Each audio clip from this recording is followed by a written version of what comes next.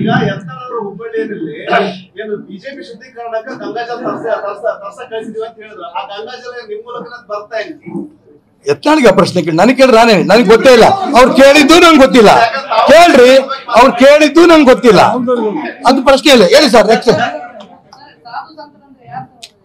ಅಲ್ಲಿ ಬಂದ್ರಿ ಬಾಗಲಕೋಟೆ ಗೊತ್ತ ಕಾಣುತ್ತೆ, ವೇದಿಕೆ ಮೇಲೆ ಕೂತಿರ್ತಾರೆ, ಅದನ್ನ ನೋಡುವಂತೆ. ಹ್ಞೂನ್ರಿ, ಆ ಸಾಧು ಸಂತರ ಪಟ್ಟಿ ನನ್ನ ಹತ್ರ ಇಲ್ಲ. ಈಗ ನನ್ ಪಟ್ಟಿ ಇಲ್ಲ, ಅಲ್ಲಿ ಬಂದ್ರೆ ಗೊತ್ತಾಗುತ್ತೆ. ಉದಾಹರಣೆ ಹೇಳ್ತೀನಿ ಕೇಳಪ್ಪ. ಆಯ್ತು, ಉದಾಹರಣೆಗೆ ಜಯಮೃತ್ಯುಂಜಯ ಸ್ವಾಮೀಜಿ ನಮಗ ಅವ್ರು ಗೈಡ್ ಮಾಡಿದ್ರು. ಅದಾದ ನಂತರ ಇಂಥವ್ರದ್ದು ಜಮಖಂಡಿ ಮಾಧುಲಿಂಗ ಮಹಾರಾಜರು ಅವರು ನಮಗೆ ಗೈಡ್ ಮಾಡಿದ್ರು.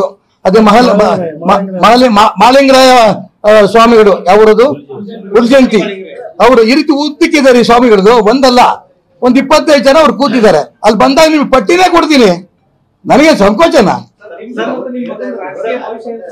ಏನ್ ರಾಜಕಾರಣ ನೀವಿದ್ರೇನು? ಜೀವ ಮಾಡ್ತೀನಿ. ಸಮಾಜ ಸೇವೆ ಮಾಡೋದಕ್ಕೆ ರಾಜಕಾರಣನೇ ಆಗ್ಬೇಕು ಅಂತೇನಿಲ್ಲ.